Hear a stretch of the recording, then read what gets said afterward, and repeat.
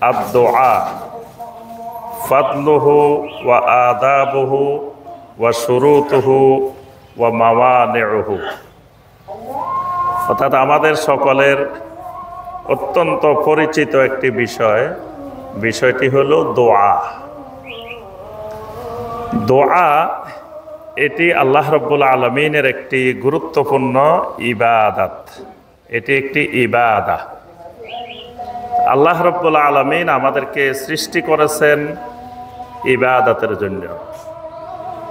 বান্দার মূল কাজ, বান্দা জমিনে ইল্লা লিওয়াহিদুনি বিল ইবাদাহ, অর্থাৎ একমাত্র আল্লাহ রাব্বুল আলামিনের ইবাদত করার মাধ্যমে আল্লাহ রাব্বুল আলামিনের হক, আল্লাহর অধিকার বাস্তবায়ন করবেন।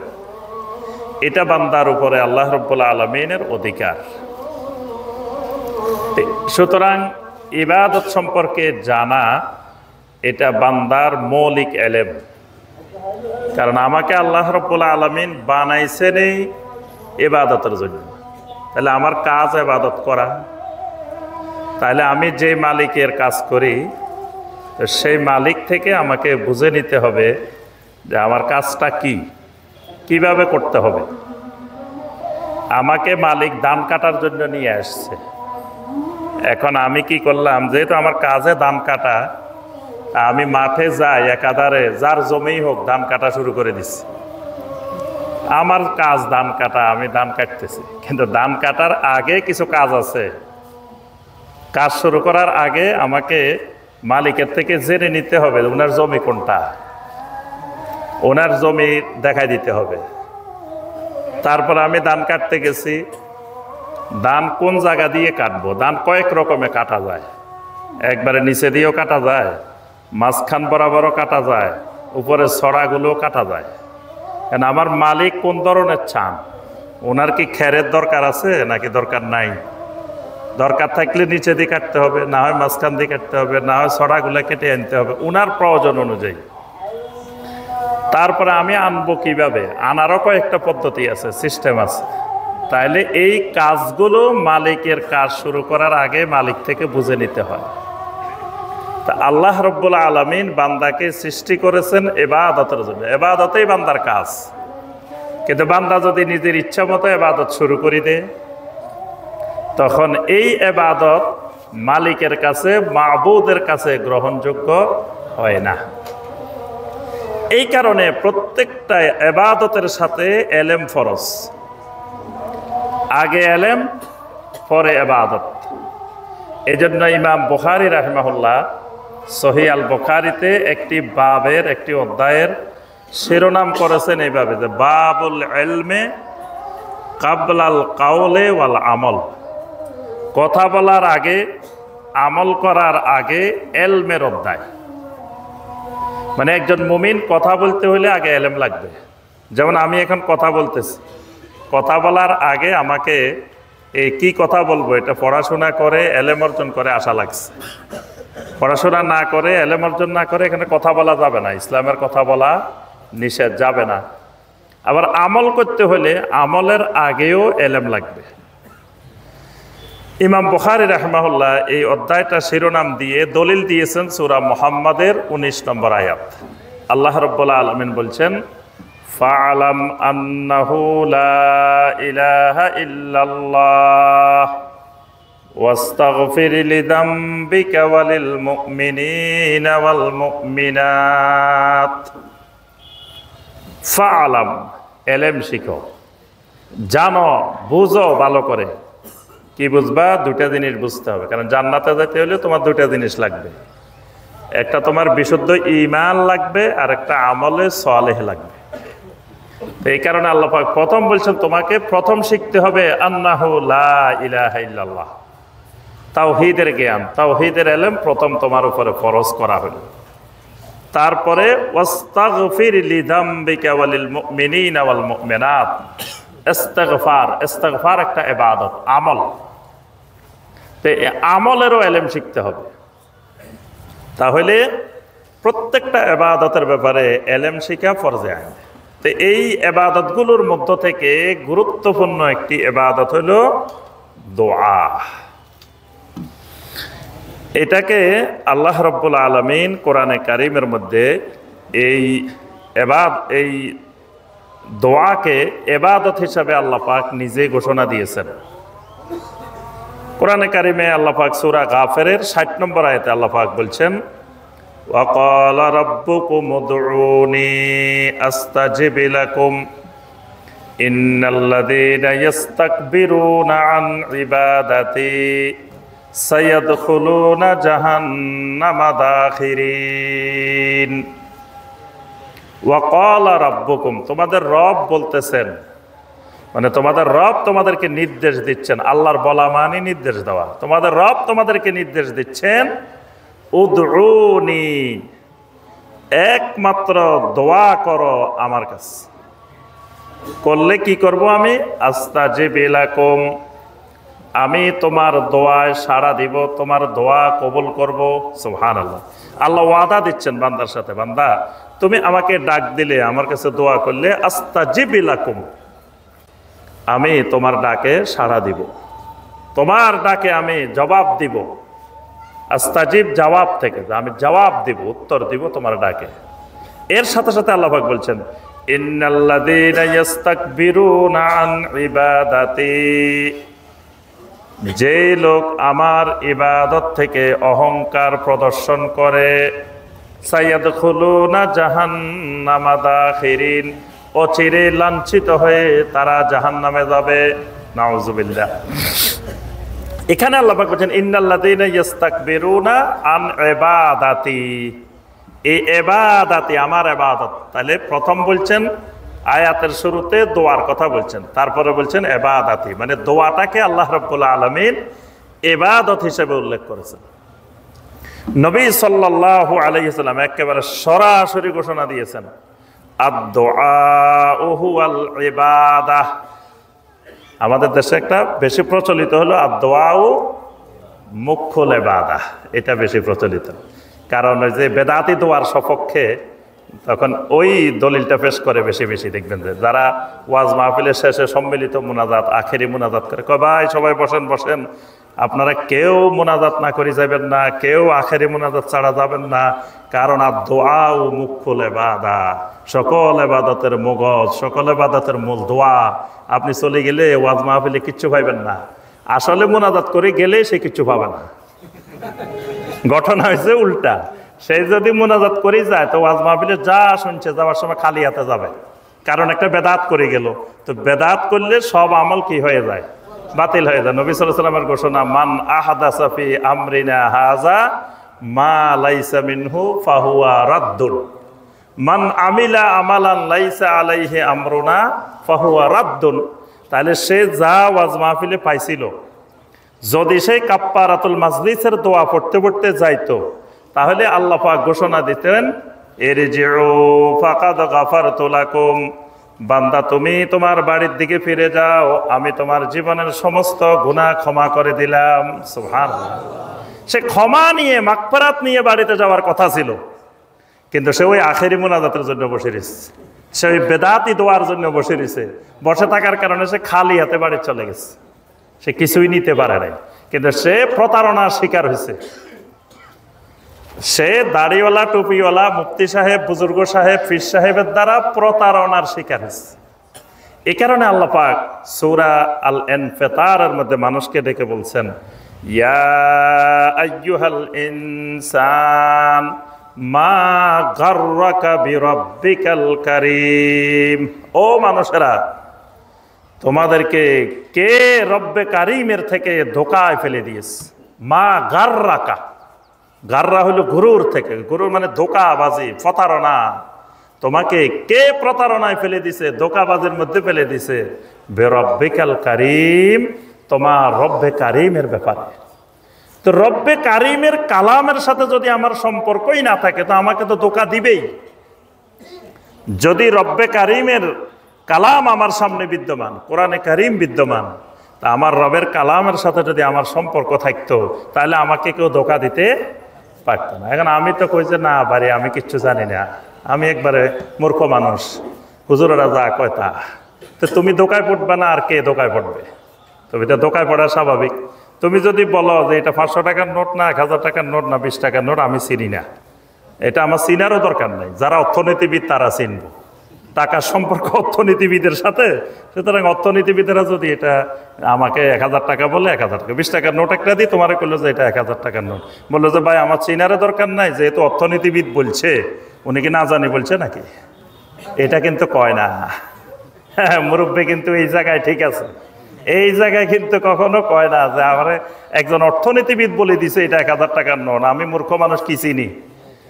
এটা চোখে না দেখলেও টিভি দেখে, ঘষি দেখে, ইয়া করে দেখে, জাল কিনা ইয়া কিনা সব দেখে, কিন্তু দিনের ব্যাপারে বললে না রে ভাই আমি কিছু জানি না, আমরা মূর্খ মানুষ, কিছু জানিনি। এই না জানলেই ধোকার প্রতারণার শিকার হতেই হবে। তাহলে আমরা যে কথাটা বলছিলাম যে আদ-দুআউ মুখুল ইবাদা, এই হাদিসটা দঈফ। সহিহ যেটা সেটা হলো আদ-দুআউ হুয়াল ইবাদা। নবী সাল্লাল্লাহু আলাইহি ওয়াসাল্লাম বলছেন দোয়া হলো একটা ইবাদত। আচ্ছা, এবার আসেন, দোয়া যেহেতু ইবাদত, তাহলে ইবাদতের সাথে ঈমানের যেই তিনটা উসুল, তিনটা উসুলের কানেকশন আছে। মানে আল্লাহর যত ইবাদত আছে প্রত্যেক ইবাদতের সাথে ঈমানের 3 উসুলের সম্পর্ক আছে। ঈমানের 3 উসুল কি কি? 1 নম্বরে মারিফাতুর রব, 2 নম্বরে মারিফাতুদ দ্বীন, 3 নম্বরে মারিফাতুন নবী সাল্লাল্লাহু আলাইহি ওয়াসাল্লাম। তাহলে দোয়া যেহেতু ইবাদত, তাহলে প্রথমে আমাকে জানতে হবে দোয়া করতে হবে কার কাছে। এটা 1 নম্বরে জানা লাগবে, দোয়া করব কার কাছে। তো উত্তর হলো দোয়া করতে হবে একমাত্র আল্লাহর কাছে, একমাত্র থাকা লাগবে। মানে আল্লাহ রাব্বুল আলামিন ছাড়া আর কারো কাছে দোয়া করা যাবে না। আল্লাহ পাক কোরআনে কারিমে বলছেন ওয়া মান ইয়াদউ মা'আল্লাহি ইলাহান আখার লা বুরহানা লাহু বিহ। তোমার রবের সাথে কারো কাছে দোয়া করবা, চাইবা, এই ব্যাপারে কোনো দলিল প্রমাণ আসমানে জমিনে কোথাও নাই। আল্লাহর ঘোষণা লা বুরহানা লাহু বিহ, এটার কোনো বুরহান নাই, দলিল নাই। অর্থাৎ দোয়া করতে হবে একমাত্র আল্লাহর কাছে। ওয়া আন্নাল মাসাজিদা লিল্লাহ ফালা তাদউ মা'আল্লাহি আহাদা, সূরা আল জিনের 18 নম্বর আয়াত। ওয়া আন্নাল মাসাজিদা লিল্লাহ। জি ভাইয়েরা, পিছনের জায়গা হচ্ছে না, একটু সামনের দিকে এসে বসেন, তাহলে আমাদের ভাইয়েরা ওইদিকে বসতে পারে। জি, আল্লাহ রাব্বুল আলামিন সূরা আল জিনের 18 নম্বর আয়াতে কারিমে বলতেছেন ওয়া আন্নাল মাসাজিদা লিল্লাহ, সমস্ত মাসাজিদ একমাত্র আল্লাহ। এখানে মসজিদ মানে জমিন, পুরা জমিনটাই মসজিদ। তাহলে পুরা জমিন একমাত্র আল্লাহর। ফালা তাদউ মা'আল্লাহি আহাদা, খবরদার আল্লাহর সাথে আর কাউকে জমিনে বসে ডাকিও না, দোয়া করিও না। তাহলে একমাত্র আল্লাহ রাব্বুল আলামিনের কাছে দোয়া করতে হবে। তাহলে রব, মারিফাতুর রব, ঈমানের 1 নম্বর উসুলের সাথে দোয়ার সম্পর্ক, যে দোয়াটা একমাত্র যিনি আমার রব, একমাত্র তার কাছে করতে হবে। এর বাহিরে যদি আমি দোয়া করি সেটা হবে কি? শিরক। যদি আমি রবের কাছেও করি আবার আরেকজনের কাছেও করি, রবের কাছেও করি খাজা বাবার কাছেও করি, তাহলে এটা হয়ে যাবে কি? শিরক। আর প্রত্যেক ইবাদতের সাথে শিরকের সম্ভাবনা আছে। এই কারণে সূরা আল কাহাফের 110 নম্বর আয়াতে আল্লাহ পাক বলছেন ফামান কানা ইয়ারজু লিকা রাব্বিহি ফালইয়ামাল আমালান সালিহা ওয়ালা ইউশরিক বিইবাদাতি রাব্বিহি আহাদা। ওয়ালা ইউশরিক, সে যেন শিরিক না করে, বিইবাদাতি রাব্বিহি, তার রবের ইবাদতে, আহাদা, কাউকে। তাহলে ইবাদতের সাথে শিরিক হতে পারে। তাহলে এই দোয়ার মধ্যেও শিরিকি দোয়া হতে পারে। দোয়ার মাধ্যমে যেমন আল্লাহর নৈকট্য পাওয়া যায়, দোয়া এমন এক জিনিস বান্দা মনে মনে শুধু আল্লাহর কাছে চাইবে এটা মনে করতেছে, এখনো জবান থেকে বের করে নাই, তার আগেই আল্লাহ রাব্বুল আলামিন শুনে যান। সুবহানাল্লাহ।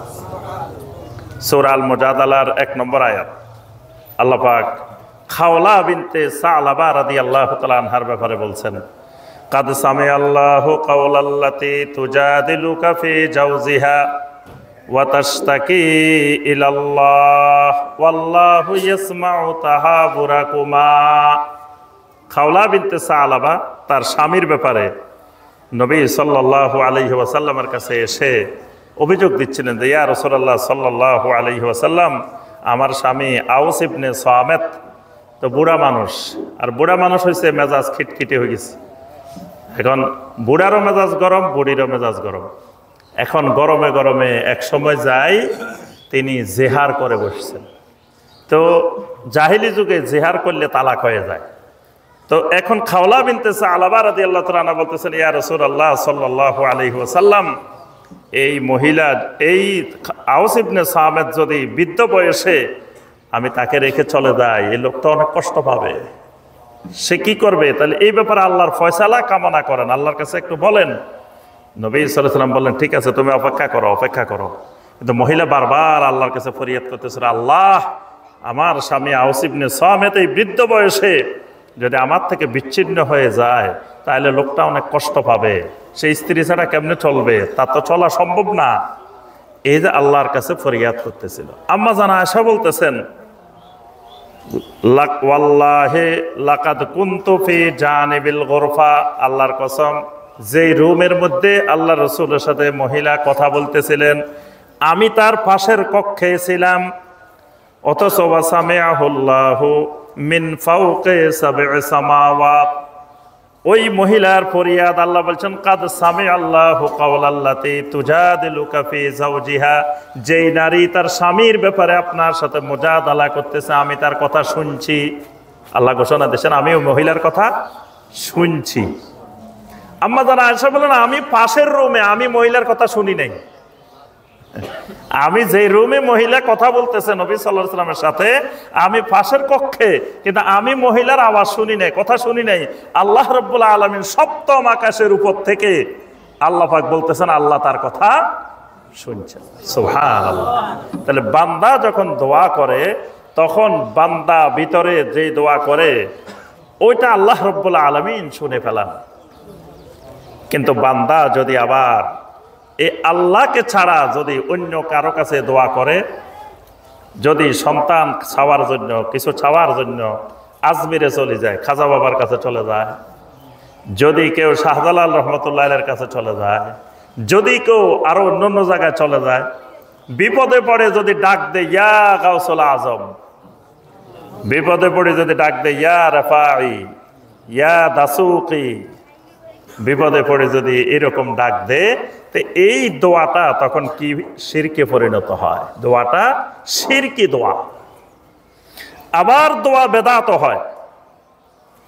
দোয়ার মধ্যে যেমন তাওহীদ, দোয়ার মধ্যে আবার শিরিক, দোয়ার মধ্যে আবার বেদাত।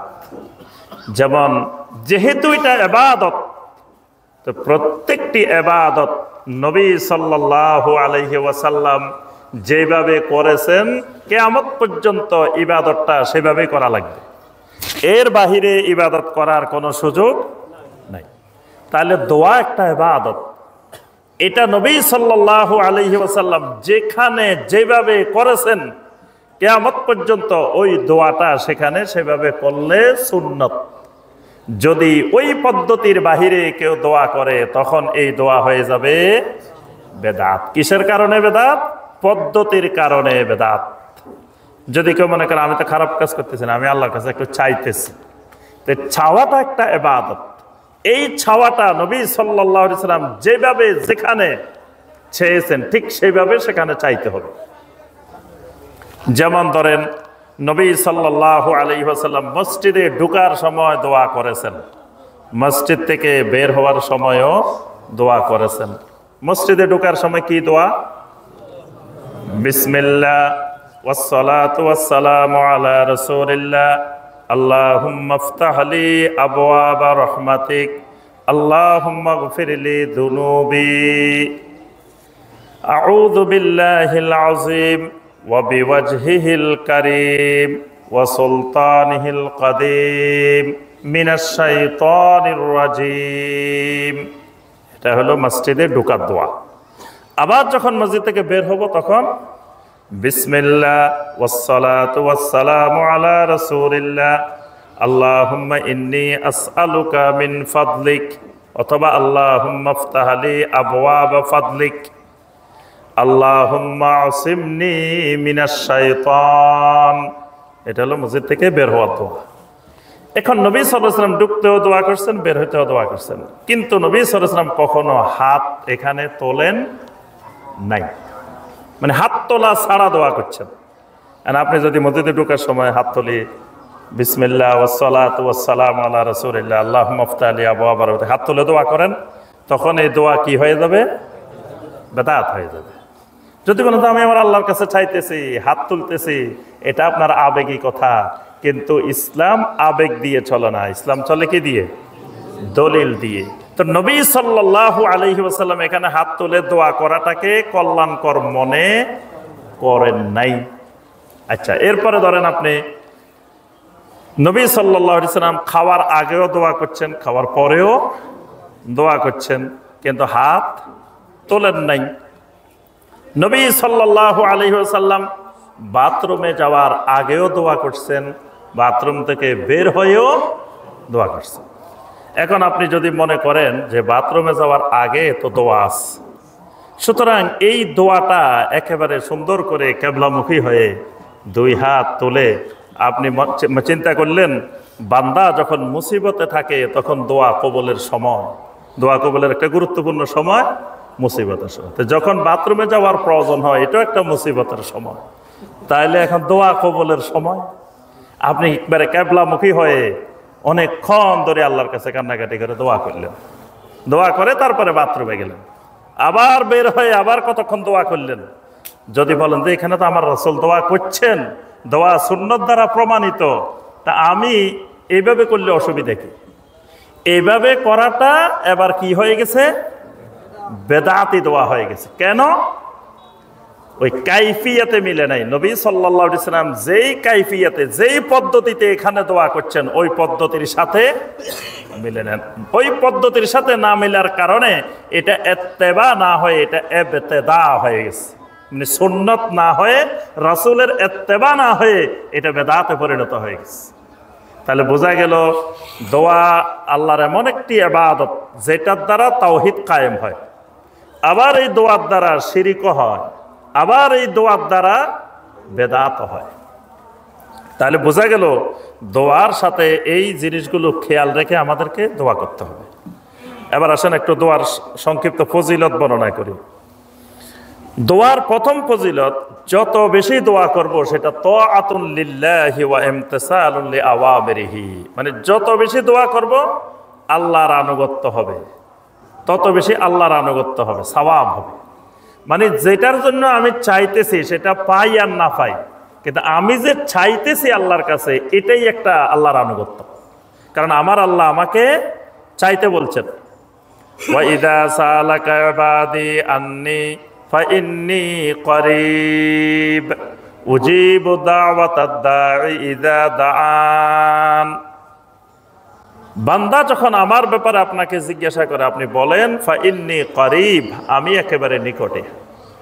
উজিবু দাওয়াতাদ দাঈ ইযা দাআন, বান্দা যখন আমার কাছে দোয়া করে আমি সাথে সাথে সাড়া দিই। তাহলে বান্দাকে দোয়া করতে আল্লাহ বলছেন, বান্দা যত দোয়া করবে তত সওয়াব হবে, আল্লাহর আনুগত্য করতেছে। যত বেশি দোয়া করবে তত অহংকার থেকে মুক্ত হয়ে যাবে। আল্লাহর কাছে দোয়া না করা এটা একটা অহংকার। আল্লাহ পাক সূরা গাফিরের ৬০ নম্বর আয়াতে বলেছেন ইন্নাল্লাযীনা ইস্তাকবিরুনা আন ইবাদাতি, অহংকারের কথা বলছেন।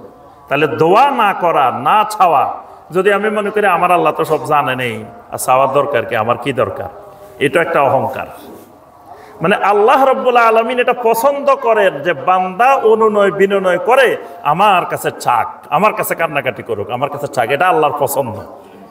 সুতরাং এটা না করা, দোয়া না করা, এটাও একটা অহংকার, কিবির। তাহলে দোয়া যত বেশি করব তত অহংকার থেকে মুক্ত থাকব। দোয়া আল্লাহর রাগকে থামাই দে। দোয়া এমন এক জিনিস আল্লাহ রাব্বুল আলামিনের গজবকে দূরীভূত করে দেয়। নবী সাল্লাল্লাহু আলাইহি ওয়াসাল্লাম বলেছেন, মাল্লাম ইয়াসআলিল্লাহ ইয়াগদাব আলাই, কোন ব্যক্তি যদি আল্লাহর কাছে না চায় আল্লাহ তার উপরে রাগ করেন। আল্লাহর কাছে না চাইলে পৃথিবীতে মানুষের কাছে চাইলে রাগ করে। কারণ মানুষ এটার অধীনে দিছে, আজকেও দিছে, প্রতিদিন চলে খালি চায়, যত চায় মানুষ রাগ করে তত বেশি। কিন্তু আল্লাহ রাব্বুল আলামিনের কাছে না চাইলে আল্লাহ রাগ করে। সুবহানাল্লাহ। তাহলে দোয়া আল্লাহর রাগ থেকে বাঁচার মাধ্যম। দোয়া সমস্ত বিপদ আপদ বালা মুসিবত থেকে রক্ষা পাওয়ার মাধ্যম। নবী সাল্লাল্লাহু আলাইহি ওয়াসাল্লাম বলছেন, লা ইয়ারুদ্দুল কাদারা ইল্লা দুআ ওয়ালা ইয়াজিদু ফিল উমরি ইল্লাল বির। যে দোয়া এমন এক জিনিস, এটা বান্দার তাকদীরকেও পরিবর্তন করে দেয়। অর্থাৎ আল্লাহ রাব্বুল আলামিন দোয়ার দ্বারা বিপদ আপদ বালা মুসিবত নাজিল করার ক্ষেত্রে আল্লাহ সুবহানাহু ওয়া তাআলা দোয়ার কারণে সরাই দেন। সুবহানাল্লাহ।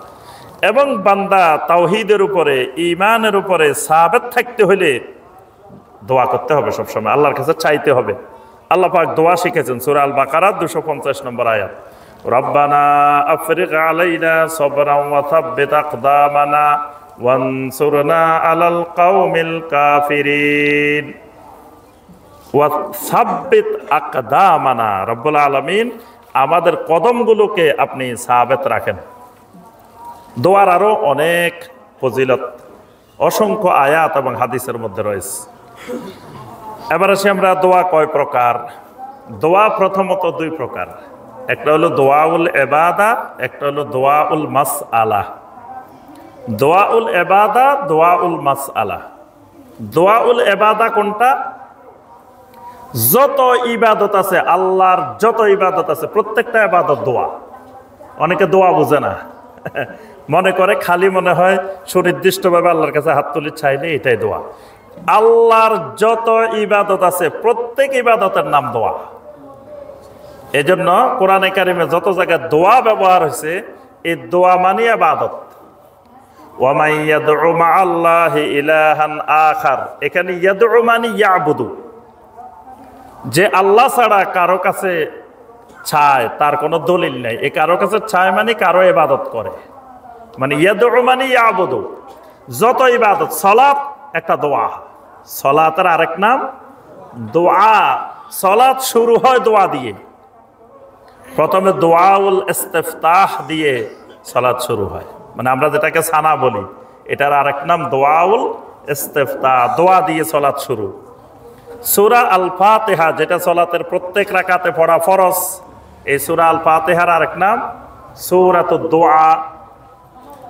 রুকুর মধ্যে গেলে দোয়া, সেজদার মধ্যে গেলে দোয়া, রুকু থেকে উঠলে দোয়া, দুই সেজদার মাঝখানে দোয়া, বৈঠকের মধ্যে আত্তাহিয়াতু যেটা পড়ি এটা দোয়া, দরুদ যেটা পড়ি এটা দোয়া, দোয়ায়ে মাসুরা যা পড়ি এটা দোয়া, সালাম ফিরাই এটাও দোয়া। মানে পুরা সালাতটাই একটা দোয়া। তারপরেও মূর্খ মানুষগুলা দেখবেন, আপনি সালাত শেষ করছেন, তাও কয় ভাই দোয়া না করি যাইয়েন না, বসেন দোয়া হইব। এতক্ষণ যে প্রথম থেকে শেষ পর্যন্ত সে কি করছে এটাই বুঝে নাই। সে তো সালাতের শুরু থেকে সালাম ফিরানো পর্যন্ত পুরাটাই দোয়া করছে, কিন্তু সে মনে করছে দোয়া হয় নাই। দোয়া তার শেষ, এবার হইব জিকির। সালাম ফিরাইছে, দোয়া শেষ হয়েছে, এবার কি হবে? জিকির হবে। কারণ দোয়াটা যে সে করছে, দোয়াটা সুন্নত অনুযায়ী হয়েছে কিনা, আল্লাহ পাক যেভাবে করতে বলছেন সেভাবে হয়েছে কিনা। আমরা তো হক আদায় করি কিন্তু সালাত আদায় করতে পারি না। আমরা সালাত আদায় করি, বাজারের হিসাবও করি, সালাত আদায় করি, সব দুনিয়ার কথা মনে পড়ে সালাতের মধ্যে, খুশু নাই, খুজু নাই, কিছু নাই, মনোযোগ অন্যদিকে। তাহলে আল্লাহ পাক যেভাবে আমাকে দোয়াটা করতে বলছেন সেভাবে করা হয় না। তাই আবার কি করতে হবে?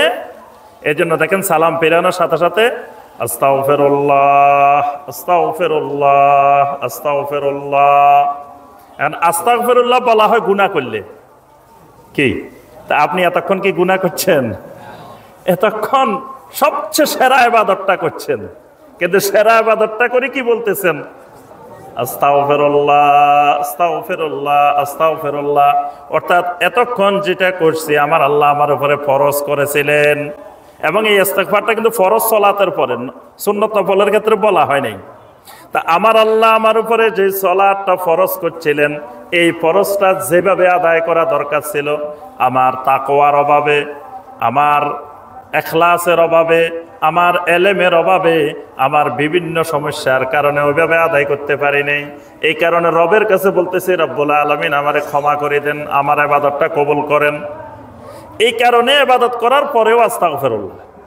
এরপরে বান্দা এবার আল্লাহর জিকির করবে, কারণ জিকির করলে আল্লাহ বেশি খুশি হয়। জিকির করলে আল্লাহ রাব্বুল আলামিন সবচাইতে বেশি খুশি হন, কারণ কোন ইবাদত আল্লাহ বেশি করতে বলেন না, শুধু জিকির বেশি করতে বলছেন। ইয়া আইয়ুহাল্লাযীনা আমানু যিকুরুল্লাহা যিকরান কাসীরা, বেশি বেশি জিকির করো। তাহলে আমার যে সলাতের মধ্যে ভুল ত্রুটি হয়েছে, সমস্যা হয়েছে, এই সলাতটা কবুল হয়েছে কি হয় নাই আমি আশঙ্কা করতেছি, আমি ভয়ের মধ্যে আছি। এবার আমি বসে বসে আল্লাহর জিকির করব, যাতে আল্লাহ আমার প্রতি রহম করেন, আল্লাহ খুশি হয়ে যান, খুশি হয়ে আল্লাহ আমার সালাতটা কবুল করেন। বান্দা কি করতেছে, এতক্ষণ দোয়া করছে, দোয়া করে আবার কয় বসেন সবাই, হ্যাঁ এখন এবার হাত তুলে বেদাতি পদ্ধতিতে শুরু করে দিচ্ছে। তাহলে এটা আল্লাহ রাব্বুল আলামিন খুশি না হয় আরো বেজার হওয়ার কারণ। কারণ এটা যদি ফজিলতের কাজ হইতো, তো নবী সাল্লাল্লাহু আলাইহি ওয়াসাল্লাম সালামটা ফিরাই সাহাবায়ে কেরামকে নিয়ে হাত তুলে কতক্ষণ কান্নাকাটি করতেন। এবং মসজিদগুলোতে এমন অবস্থায় বেদাতের, যে এখানে দোয়া করতেছে পিছনে আর মাসবুকেরা সালাত আদায় করতে পারতেছে না। যারা 1 রাকাত পায় নাই, 2 রাকাত পায় নাই, এরা উনার মুনাজাতের ঠেলায়, এর আওয়াজে ওইদিকে সালাত আদায় করতে পারতেছে না। আর উনার চাকরিটা নির্ভর করে ওইটার উপরে, কোন ইমাম সাহেব কত সুন্দর করে মুনাজাত করতে পারে, এটার উপরে তার চাকরি নির্ভরশীল। ভাই কি ইমাম সাহেব নিয়োগ দিছ, কি মুনাজাত করে চোখের পানি আসে না, তাহলে চোখের পানি আনাইতে হইব, এমন মুনাজাত করতে হইব যে মুনাজাতে চোখের পানি চলে এসছে, তাহলে ইমাম সাহেবের চাকরি স্থায়ী। এখন ইমাম সাহেব কি মুনাজাত করে, কি দোয়া করে, চোখের পানি আসে না, কান্নাকাটি করে না, তাহলে এজন্য কান্নার অভিনয় করে। কান্না তো আসে না, কান্নার অভিনয় করে, অথচ কানবে নির্জনে, মানুষের সামনে না। কেউ দেখবেন কিছু ফকির আছে খালি কানতেছে, খালি কানতেছে, সারাদিন কান্দে, দেখছেন এরকম ফকির, এইটা তার ব্যবসা, এটা বিজনেস, কান্নাটাই বিজনেস। অনেক বক্তা আছে দেখবেন খালি কান্দে, এই কান্নাটা তার বক্তব্যের বিজনেস, বক্তব্যের ব্যবসা। ওই কান্নার কারণে তারা নিয়ে যায় মানুষ, এটা দিয়ে সে ব্যবসা বাণিজ্য করে, হেলিকপ্টারে যায়, 1 লাখ টাকা করে বাজেট নেয়, তারপরে এটা তার ব্যবসার কান্না।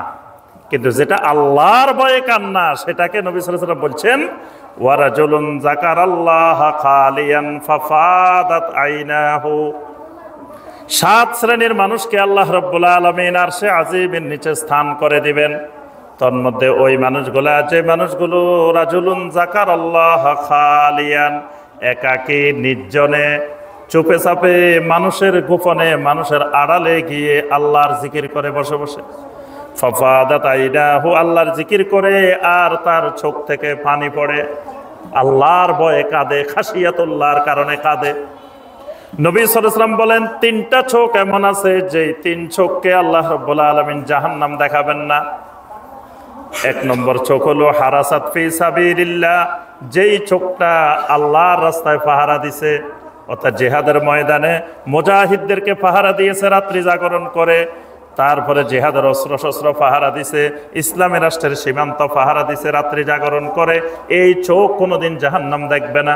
ওয়া বাকাত মিন খাশিয়াতিল্লাহ, যেই চোখটা আল্লাহর ভয়ে কেঁদেছে, একমাত্র আল্লাহর ভয়ে, খাশিয়াতুল্লাহর কারণে। তা আল্লাহর ভয়ে কাঁদলে সে মানুষের সামনে কাঁদবো কেন, সে তো একা একা কাঁদবে, সে আল্লাহর ভয়ে কাঁদবে। আল্লাহ কিয়ামতের ময়দানে আমার কি অবস্থা হবে, কবরে আমার কি অবস্থা হবে, হাসরে আমার কি অবস্থা হবে, সে তো এগুলো নিজে খালিয়ান একাকে বসে বসে কাঁদবে।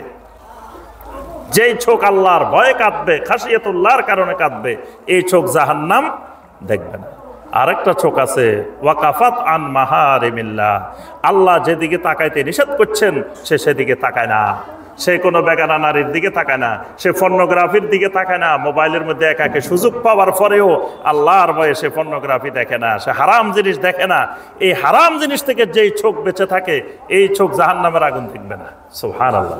তাহলে আমরা যে কথাটা বলছিলাম যে প্রত্যেকটা ইবাদতে একটা দোয়া। আল্লাহর যত ইবাদত আছে সমস্ত ইবাদতের আরেক নাম দোয়া। এগুলোকে বলা হয় দোয়াউল ইবাদা, ইবাদতের দোয়া। আরেকটা হলো দোয়াউল মাসআলা। দোয়াউল মাসআলা মানে আমার কিছু একটা দরকার। তো মানুষের দরকার সবসময় 24 ঘন্টায় দরকার, 1 সেকেন্ড দরকার বিহীন নেই। কারণ আমার নিঃশ্বাসটা ঠিক মতো চলা দরকার, 1 সেকেন্ড বন্ধ হয়ে গেলে শেষ। তাহলে আমার সারাক্ষণ এই নিঃশ্বাস আসা যাওয়া দরকার, আমার শরীর সুস্থ রাখা দরকার, কত জিনিস আমার দরকার। তাহলে বান্দার এই দরকারে যখন চাইবে, এই চাওয়াটা একটা দোয়া। তো এই চাওয়াটার মধ্যে আপনার ওই যে তাওহীদ এবং শিরিক, এটাকে আল্লাহ পাক বলছেন ইয়্যাকা না'বুদু ওয়া ইয়্যাকা নাস্তাঈন। ইয়্যাকা নাস্তাঈন প্রথম আমভাবে সকল ইবাদতের কথা বলছেন। ইয়্যাকা না'বুদু, একমাত্র আপনার ইবাদত করি। এরপরে বলছেন ওয়া ইয়্যাকা নাস্তাঈন, একমাত্র আপনার কাছে সাহায্য প্রার্থনা করি। তাহলে এই চাওয়াটা একমাত্র আল্লাহর কাছে চাওয়া, এটা তাওহীদ। কিন্তু যদি আল্লাহ ছাড়া অন্য কারো কাছে কেউ চায় তখন এটা শিরকে পরিণত হয়। এটা হলো দোয়াউল মাসআলা। তাহলে আমরা বুঝলাম দোয়া দুই প্রকার। এবার আসেন দোয়া কবুলের শর্ত কি। দোয়া আল্লাহর কাছে কেমনে কবুল হয়? সকল দোয়া কিন্তু আল্লাহর কাছে কবুল হয় না, কিন্তু শর্ত অনুযায়ী সব যদি আপনি দোয়া করেন সকল দোয়া কবুল হবে। আর আমরা মনে করি কি দোয়া কবুল হয়েছে মানে দোয়ার রেজাল্ট পাওয়া গেছে, এটাকে মনে করি দোয়া কবুল হয়েছে। কিন্তু দোয়া কবুল হওয়ার আলামত রেজাল্ট পাওয়া না। দোয়া কবুল হয়েছে এটার অর্থ এই নয় যে আমি যা দোয়া করছি তা পাই গেছি। আল্লাহ রাব্বুল আলামিন শর্ত মোতাবেক মুমিনেরা দোয়া করলে সমস্ত দোয়া আল্লাহ কবুল করেন, কিন্তু দোয়ার রেজাল্ট, দোয়ার প্রতিফলন আল্লাহ পাক সব দেন না। কখনো এখন দোয়া করছি আল্লাহ এখনো দিয়ে দিবেন, কখনো 1 বছর পরে দিবেন, কখনো 5 বছর পরে দিবেন, কখনো 10 বছর পরে দিবেন, কখনো দুনিয়াতেই দিবেন না, এটা আল্লাহ আখিরাতে দিবেন। কিন্তু দোয়া কবুল হয়েছে এই ব্যাপারে কোনো সন্দেহ নাই। একবার আমি যে এক জায়গায় গেছি, আমারও বলতেছে ভাই শায়েখ আমরা তো অঙ্ক একটা মিলাইতে পারতেছি না। তা আমি বললাম কি অঙ্ক মিলে না আমাকে বলেন দেখি, কোনো এক জায়গায় সূত্র ভুল হয়েছে না, হয়তো অঙ্ক মিলার কথা। তো বলে যে শিরিক আর বেদাত করলে কোনোদিন আল্লাহর ওলি হইতে পারে না। এটা হলো সূত্র, যে কোনো ব্যক্তি শিরিক করলে বেদাত করলে আল্লাহর ওলি হইতে পারে না। এখন আমাদের এলাকায় যারা বড় বড় আল্লাহর ওলি যারা চলে গেছে বা যারা আছে, এরা দেখি সবাই শিরিকও করে বেদাতও করে। তা এখন শিরিক বেদাত করে আল্লাহর ওলি হয়েছে কেমন? তা তো অঙ্ক মিলে নাই, সূত্রের সাথে বাস্তবতার মিলে না। সূত্র হইলো এরা কোনোদিন আল্লাহর ওলি হইতে পারে না। শিরিক করলেও আল্লাহর ওলি হয় না, বেদাত করলেও কোনোদিন আল্লাহর ওলি হইতে পারে না। তো এরা আল্লাহর ওলি হইলো কেমনে? এরা তো শিরিক বেদাত করছে। তা আমি জিজ্ঞেস করলাম আচ্ছা এরা যে আল্লাহর ওলি হয়েছে আপনি এটা জানলেন কেমনে? এরা যে আল্লাহর ওলি এটা জানলেন কেমনে? আগে ওইটা বলেন। আল্লাহর ওলি কারা? মানে ওলি তো সমস্ত মুমিনে আল্লাহর ওলি আমভাবে। কে আল্লাহ রাব্বুল আলামিনের কাছে বেশি মহব্বতের, এটা তো ইলমে গায়েবের বিষয়, এটা আল্লাহ ছাড়া কেউ জানে না। তা আপনি জানলেন কেমনে? আপনারা আল্লাহর সাথে কি কোনো কথা হয়েছে? মুসা আলাইহিস সালাম ছাড়া, আল্লাহ রসুল ছাড়া কারোর সাথে তো কোনো কথা হয় না। তা আপনারা কে জানাইলো কথাটা? ওই সূত্রটা আগে এটা বাইর করেন। কয় না শায়েখ আমরা তো দেখছি ওনাদের কত কারামত, কত অলৌকিক কাজ কারবার দেখছি, বাঘের পিঠে চড়ি হাঁটছে, ওইটা করছে এটা করছে, ওখানে আপনার এই পাসপোর্ট হারাই ফেলছে জেদ্দাতে বসে, চোখ বন্ধ করছে বরিশাল চলে এসছে, তারপরে আপনার জিকির করতেছে, লা ইলাহা বলতেছে পুকুরের পানি এদিকে চলে যাইতেছে, ইল্লাল্লাহ বলতেছে পুকুরের পানি এদিকে চলে যাইতেছে। এই যে কারামত, এগুলোই তো বোঝা যায় আল্লাহর ওলি। তা আমি বললাম যে আপনাদের এই সূত্র এই জায়গায় ভুল হয়েছে। কারণ অস্বাভাবিক কর্মকাণ্ড দেখানোই যদি আল্লাহর ওলি হয়, তা দাজ্জাল জমিনে সবচাইতে বড় আল্লাহর ওলি। কারণ দাজ্জাল যত বেশি অস্বাভাবিক কর্মকাণ্ড দেখাবে এত বেশি পৃথিবীতে কেউ দেখায় নাই। তাহলে সেই তো বাগদাদের বড় ওলি আপনাদের সূত্র অনুযায়ী। তাহলে অস্বাভাবিক কর্মকাণ্ড দেখানোর নাম কারামত না, অস্বাভাবিক কর্মকাণ্ড দেখানোর এটা ওলি হওয়ার দলিল না। ওলি হওয়ার দলিল কোনটা? ওলি হওয়ার দলিল ইমাম শাফি রহমতুল্লাহ আলাইহি বলছেন, ইযা রাআইতুমুর রাজুলা ইয়াতিরু ফিল হাওয়া আও ইয়ামশি আলাল মা, তুমি তোমার চোখের সামনে দেখতেছো একটা লোক একেবারে বিমান ছাড়া, হেলিকপ্টার ছাড়া তোমার সামনে দিয়ে উড়ি চলে যাইতেছে। এখানে যারা বসে আছে, একজন লোক হঠাৎ করে এখান দিয়ে উড়ি চলে যেতেছে আমাদের সামনে দিয়ে, আমরা দেখতেছি। অথবা তোমার সামনে পুকুরের পানির উপর দিয়ে, নদীর পানির উপর দিয়ে হাঁটি, কোনো লঞ্চও নাই, জাহাজও নাই, নৌকাও নাই, সে তো পানির উপর দিয়ে হাঁটি চলে যেতেছে। ইমাম শাফি রহমতুল্লাহ বলেন, ফালা তুসাদ্দিকুহু, খবরদার খবরদার, এই মানুষটাকে কখনো আল্লাহর ওলি মনে করিও না। এটা আল্লাহর ওলি হওয়ার দলিল না। এটা শয়তানও পারে, এটা কাফেরও পারে, এটা মুশরিকও পারে, এটা সবাই পারে, এটার জগৎ ভিন্ন, এটা পারে সবাই। কিন্তু কখন আল্লাহর ওলি মনে করবা?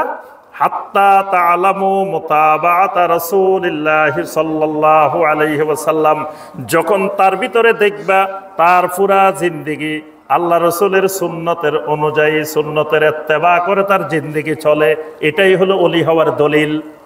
মানে অস্বাভাবিক কর্মকাণ্ড দলিল না, দলিল হলো তার পুরা জিন্দেগিটা শিরিক মুক্ত, বেদাত মুক্ত, তাওহীদ এবং সুন্নতের উপরে চলে, এটাই তার ওলি হওয়ার দলিল। যদি সাহাবায়ে কেরাম খালি অস্বাভাবিক কর্মকাণ্ডই দেখাইতেন, তো এক এক সাহাবীর হাজার হাজার অস্বাভাবিক কর্মকাণ্ড থাকতো। এখন যেই হারে আমাদের দেশে কারামত, এক পীরের কারামত আপনি দেখবেন যে বড় বড় বই খালি কারামতের উপরে। তো কারণ সারা পৃথিবীর ওলি সবগুলারে একত্রিত করলে সাহাবায়ে কেরামের পা মোবারকের সাথে, পায়ের সাথে যে ধুলা লাগতো, ওই ধুলাটা যত বেশি ফজিলতময় ছিল, সব ওলির মর্যাদা ওই ধুলার পরিমাণও হবে না। তো ওই সাহাবায়ে কেরামেরা এত বড় আল্লাহর ওলি, তাদের এক একজনের কারামত তো কয়েক হাজার হওয়ার কথা ছিল। কিন্তু দেখা যায় না, আমরা ওইরকম অস্বাভাবিক কর্মকাণ্ড তেমন একটা দেখিনি। অর্থাৎ এর অর্থ হইল যে অস্বাভাবিক কর্মকাণ্ড ওলি হওয়ার দলিল না। ঠিক একইভাবে আমি যেটা দোয়া করছি এটা পেয়ে যাওয়া, এটাও দোয়া কবুল হওয়ার দলিল না। কয়ারে মিয়া, আগের জমানায় মনে মনে আলেম দেখছি, এই বৃষ্টি হইতেছে না, মাঠের মধ্যে দোয়া করছে, সাথে সাথে বৃষ্টি হয়ে গেছে। এখন বাংলাদেশের আলেম সবগুলো মিলি দোয়া করলেও তো বৃষ্টি হয় না। অনেক মুরব্বীরা দেখবেন চা দোকানে বসে বসে কয় মিয়া, এমন এমন আলেম দেখছি, এমন এমন হুজুর দেখছি, অথচ যে হুজুরের কথা কইতেছে ওই হুজুর দুনিয়া শিরিক করছে, বেদাত করছে। এখন বর্তমানে বলে যে দেখো এই হুজুরেরা সবাই মিলে দোয়া করলে বৃষ্টি হয়, তাহলে দোয়া করার সাথে সাথে বৃষ্টি হওয়া এটা তার বুজুর্গের দলিল না, এটা ভুল সূত্র।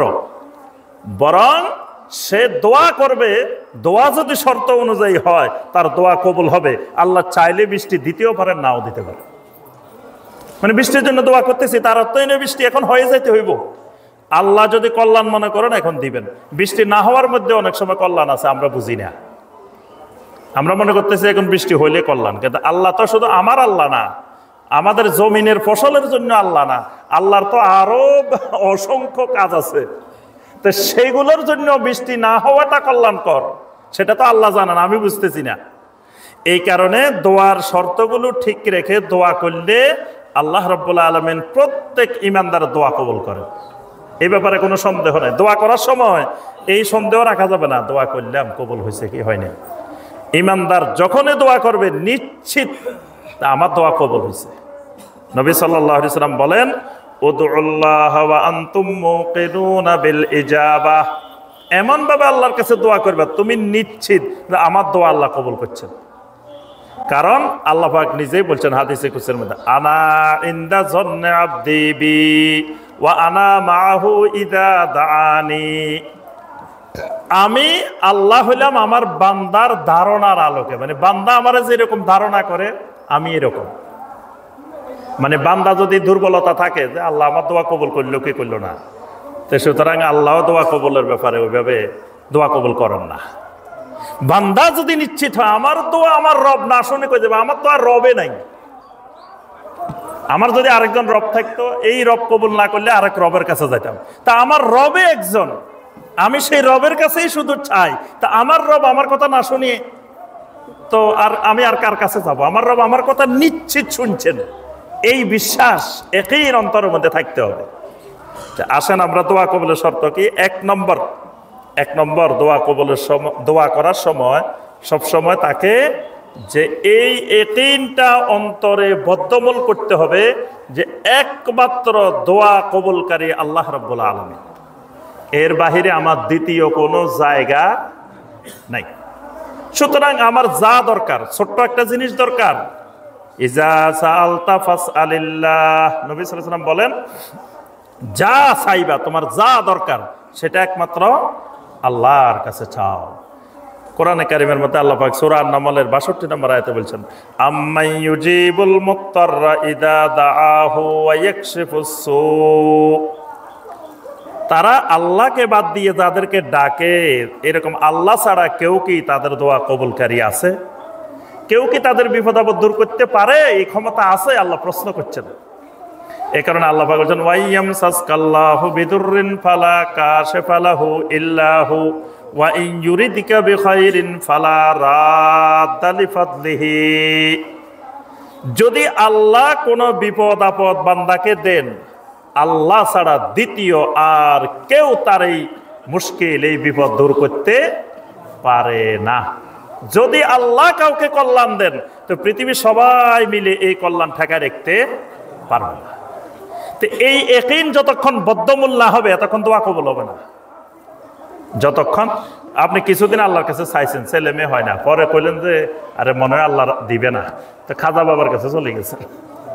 আমার সাথে গত বছর রমজানে এক ভাই ওমরা করতে গেছেন, ছেলে মেয়ে হয় না অনেকদিন। তো পরে ওনার ওখানে যাই বলতেছে, সাহেব আমার মা বলছে তুই ওমরাত যাইস না, ওমরাত না যায় আজমিরে চলে যা, আজমিরে গেলে যা টাকা লাগে সব আমি দিব, মা সব টাকা দিব আজমিরে গেলে, ছেলে মেয়ের জন্য আজমিরে। মানে তার বিশ্বাস আল্লাহর ঘরে গেলে ছেলে মেয়ে পাবে না। নাউজুবিল্লাহ, ইমান কোন জায়গায় গিয়ে পড়ছে দেখেন। আল্লাহর ঘরে গেলে সে ছেলে মেয়ে পাওয়ার সম্ভাবনা নাই, ছেলে মেয়ে তো আজমিরে। কারণ কি, ওই যে আল্লাহর দন রাসুলের দিয়া, আল্লাহ তো গেছেন গায়েব হইয়া, তা আল্লাহর কাছে তো কিচ্ছু নাই, সে যে চলে যেতেছে মক্কায়, তো ওখানে কি পাইব? রাসুলের দন খাজায় পাইয়া শুইয়া আছেন আজমিরে। তো সুতরাং আল্লাহর কাছেও কিছু নাই, রাসুলের কাছেও কিছু নাই, সব ধন তো খাজানা সব চলে এসছে কোথায়? আজমিরে। তো সুতরাং ছেলে মেয়ের দরকার হলে মার বিশ্বাস ওই আজমিরে গেলে পাওয়া যাবে, মক্কা মদিনায় গেলে পাওয়া যাবে না। নাউজুবিল্লাহ। তাহলে ইয়াকিন বদ্ধমূল যতক্ষণ না হবে, তখন দোয়া কবুল হবে না, যত দোয়া করবে করো। 2 নম্বর শর্ত, আল্লাহ ছাড়া কারো কাছে কোনো দোয়া করা যাবে না। যদি অন্যের কাছেও করে, আল্লাহর কাছেও করে, আল্লাহ এই দোয়া কোনোদিন কবুল করবে না। 3 নম্বর, আল্লাহর কাছে চাইতে হলে আল্লাহর নাম এবং সিফাত দিয়ে দিয়ে চাইতে হবে। দোয়া কবুলের জন্য একটা গুরুত্বপূর্ণ বিষয় আল্লাহর নাম এবং সিফাত, এটা দিয়ে দিয়ে আল্লাহর কাছে চাইতে হবে। যে আল্লাহ আপনার নাম গাফুর ও রাহিম, আল্লাহ আমারে আপনি ক্ষমা করেন। আল্লাহ আপনার নাম রাহিম, আমাকে রহম করেন। আল্লাহ আপনার নাম ওহাব, আপনি সব কিছুর দাতা, আমাকে আপনি সন্তান দেন। আমি অভাব অনটনে কষ্ট করতেছি, আল্লাহ আমার অভাব অনটন দূর করে দেন। আল্লাহর যে সুন্দর সুন্দর নামগুলো আছে, নামগুলো দিয়ে চাইতে হবে। তারপরে 5 নম্বর, যে কোনো আমল করে আমলের সওয়ালের উসিলা দিয়ে আল্লাহর কাছে চাইতে হবে। যে আমি 2 রাকাত সালাত আদায় করলাম, আল্লাহ এই আমলের সওয়ালের উসিলায় আল্লাহ আমার দোয়াটা কবুল করেন। এভাবে যে কোনো আমল, সদাকা করলাম আল্লাহর রাস্তায়, সদাকা করে আল্লাহ এই সদাকার উসিলায়, কোনো ব্যক্তির উসিলায় দোয়া করা যাবে না। দোয়াটা করতে হবে আমলের সওয়ালের উসিলা দিয়ে। আচ্ছা, এরপরে দোয়া করে তাড়াহুড়া করা যাবে না। কিরে দোয়া এতদিন করতেছি, কই কবুল তো হয় না। নবী সাল্লাল্লাহু আলাইহি ওয়াসাল্লাম বলছেন, ইউস্তাজাবু লিআহাদিকুম মা লাম ইয়াজাল, যতক্ষণ বান্দা তাড়াহুড়া না করে এতক্ষণ বান্দার দোয়া কবুল হয়। যখন বান্দা তাড়াহুড়া করে তখন তার দোয়া কবুল হয় না। কারণ আমার কখন কল্যাণ এটা আমি কেমনে জানি? আমিও তো মনে করতেছি কালকে দরকার, আল্লাহ মনে করতেছেন কালকে দিলে আমার ক্ষতি হবে, এটা আরো 1 বছর পরে দেওয়া দরকার। আপনি দোয়া করছেন আল্লাহর কাছে, আল্লাহ আমারে আবার বাংলাদেশের রাষ্ট্রপতি বানাই দেন, কি এ দোয়া কবুল হবে কিনা? হ্যাঁ, এবার তো সন্দেহে পড়ে গেছে, হবে কি হবে না। দোয়া কবুল হবে মানে আপনি যদি তাওহীদওয়ালা হন, আল্লাহকে একমাত্র দোয়া কবুলকারী মনে করেন, আপনি আল্লাহর কাছে চান আল্লাহ আমারে এবার প্রধানমন্ত্রী বানাই দেন, আল্লাহ রাষ্ট্রপতি বানাই দেন, দোয়া কবুল হয়ে গেছে। কিন্তু আল্লাহ দিবেন না, আপনার প্রধানমন্ত্রীও বানাবে না, রাষ্ট্রপতিও বানাবে না। তা এখন আপনি রাষ্ট্রপতিও হন নাই, প্রধানমন্ত্রীও হন, আপনি করতেছেন আরে দোয়া করলাম আল্লাহ কবুল করে নাই, এটা আবার আরেক গুনাহের কাজ। দোয়া করছি কবুল হয়ে গেছে, কিন্তু আমার রাষ্ট্রপতি বানাইলে বাংলাদেশ ধ্বংস হয়ে যাবে। আল্লাহ জানেন যে এই লোকেরে রাষ্ট্রপতি প্রধানমন্ত্রী বানানো যাবে না, এটা আল্লাহর এলেমে আছে। এই জন্য আমার দোয়া কবুল হয়েছে, কিন্তু আল্লাহ বানান নাই। বুঝতে পারছেন? অনেকে মনে করে দোয়াই কবুল হয় নাই, মানে যেটার জন্য দোয়া করছে এটা পায় নাই, মনে করতেছে দোয়া কবুল হয় নাই। যা চাইবেন আল্লাহর কাছে সব কবুল, কিন্তু আল্লাহ দিতে বাধ্য না, এই একদিন রাখতে হবে। আবার আল্লাহ হলেন আমার কল্যাণ অকল্যাণের একমাত্র মালিক, আমার ভবিষ্যতের সব জানেন আল্লাহ। আমার কোনটাতে কল্যাণ কোনটাতে অকল্যাণ, কল্যাণ হলে আল্লাহ দিবেন, অকল্যাণ হলে দিবেন। অনেক লোক দেখবেন মুমূর্ষ অবস্থায় আছে, এখন এত কষ্ট করতেছে, এই লোকটা জীবিত থাকাচ্ছে মরে গেলে ভালো, এরকম হয় না অনেক সময়? দেখবেন এত কষ্ট করতেছে কিন্তু মারা যায় না, কিন্তু খুব কষ্ট পাইতেছে। তো এইরকম ক্ষেত্রে আপনি আল্লাহর কাছে দোয়া করতে পারবেন না, আল্লাহ লোকটারে নিয়ে যান, লোকটা মরে যাক, আল্লাহ মৃত্যু দেন, এই কামনা করা যাবে না। নবী সাল্লাল্লাহু আলাইহি ওয়াসাল্লাম বলছেন তখন তোমরা এরকম পরিস্থিতিতে দোয়া করো, আল্লাহুম্মা আহইনি ইযা কানাতিল হায়াতু খায়রাল লি, আয় আল্লাহ আমারে আপনি ততদিন বাঁচাই রাখেন যতদিন আপনি মনে করেন আমি বেঁচে থাকাটা কল্যাণকর। আল্লাহ আমাকে তখন মৃত্যু দেন যখন আপনি মনে করেন আমার মৃত্যুটা এখন কল্যাণকর। সুবহানাল্লাহ, এইভাবে দোয়া করতে হবে। আমি যদি বেঁচে থাকাটা আমার জন্য কল্যাণকর হয়, আমার বাঁচায় রাখেন। যদি আমার মরে যাওয়াটা, মৃত্যুটা আমার জন্য কল্যাণকর হয়, আমার মৃত্যু দেন। কারণ আমার সামনে যে ভয়াবহ ফিতনা আসতেছে, এই দেখেন গত কয়েক বছরে বাংলাদেশে অসংখ্য ভয়াবহ ফিতনা নামিয়ে এসছে। আগে থেকে কাদিয়ানি ফিতনা, বাহাই ফিতনা, এগুলো তো আছেই, এর সাথে সাথে হিজবুত তাওহীদের ফিতনা। তারপরে দেখেন আহলে কোরআন নাম দিয়ে হাদিস অস্বীকারের ভয়াবহ ফিতনা, আরো অসংখ্য এরকম ইমান বিধ্বংসী ফিতনা। এরকম ফিতনাকে আমাদের আগে তসবির দানার মতো একের পর এক নেমে আসবে। তাহলে আমি যদি ওই ফিতনার সম্মুখীন হয়ে ইমান টিকাই না রাখতে পারি, ইমান নিয়ে থাকতে না পারি, তাহলে তো আমার মরে যাওয়াটাই কল্যাণকর। ইমান নিয়ে আগে ভাগে মরে যাওয়াটাই কল্যাণকর, ফিতনার সম্মুখীন হওয়ার চাইতে। এই জন্য আল্লাহর কাছে কখনো মৃত্যু কামনা করা যাবে না, কারণ আমার মৃত্যুতে কল্যাণ নাকি বেঁচে থাকা কল্যাণ আমিও জানি না, এটা জানেন কে? আল্লাহ রাব্বুল আলামিন। ঠিক এইভাবে মানে যে কোনো দোয়া করলেই যে এটা পাই গেলাম তার অর্থ দোয়া কবুল হয়েছে, পাই নাই দোয়া কবুল হয় নাই, বিষয়টা এরকম নয়। এরপরে খেয়াল করতে হবে দোয়া কবুলের জন্য হালাল রিজিক দরকার। দোয়া কবুলের জন্য হালাল রিজিকটা নিশ্চিত করতে হবে। হারাম খাই আবার আল্লাহর কাছে দোয়া করি আর বলি যে আল্লাহ আমার কথা শুনে না, আমার দোয়া কবুল হয় না, এই কাজ করা যাবে না। কারণ নবী সাল্লাল্লাহু আলাইহি ওয়াসাল্লাম বলছেন যে এক ব্যক্তি সফরের মধ্যে আছে, দীর্ঘ সফর, আশআসা আগবারা, চুলগুলা উস্কো খুস্কো হয়ে গেছে, ধুলা মলিন হয়ে গেছে, কাপড় চোপড় ময়লা হয়ে গেছে, এই অবস্থায় দোয়া কবুলের গুরুত্বপূর্ণ সময়। এই লোক বলতেছে ইয়া রাব্বি ইয়া রাব্বি, আয় রব আমার এটা দেন, আল্লাহ আমার এটা দেন, আল্লাহ আমার এটা দেন। নবী সাল্লাল্লাহু আলাইহি ওয়াসাল্লাম বলেন ওয়া মাতআমুহু হারামুন ওয়া মালবাসুহু হারামুন ওয়া গুযিয়া বিল হারাম, তার গেজা হারাম, পোশাক হারাম, তার লেবাস হারাম, সব হারাম, খাবার হারাম। আন্না ইউস্তাজাবু লিযালিক, কেমন করে আল্লাহ তার দোয়া কবুল করবেন? অর্থাৎ হারাম গেজায় দোয়া কবুল হয় না। আমরা মনে করি যে উপরে দিয়ে সাবান দিয়ে ঘষলে ধুইলে আমার শরীর পাক, ভিতরে রক্ত যদি না পাক হয়ে যায় তো এটা তো আর ধুইলে ঘষলে মাজলে সাবান দিলে শ্যাম্পু দিলে সেটা পাক হবে না। তা এখন পাক হইতে হলে উপরেও পাক হইতে হবে, ভিতরেও পাক হইতে হবে। মুশরিকেরা না পাক, তার অর্থ কি এর উপরে পাক, মানে উপরে না পাক না, মুশরিকদের না পাক হলো তার কলবটা না পাক, অন্তরটা না পাক। কারণ এখানে তাওহীদের জায়গায় শিরিক ঢুকে গেছে, এটা না পাক হয়ে গেছে। তাহলে উপরে যেমন পাক করতে হবে, ভিতরেও পাক থাকতে হবে, তাহলেই আল্লাহ রাব্বুল আলামিন দোয়া কবুল করবেন। তো দোয়ার আরো অনেকগুলো আদাব আছে, দোয়া কবুলের গুরুত্বপূর্ণ সময় আছে।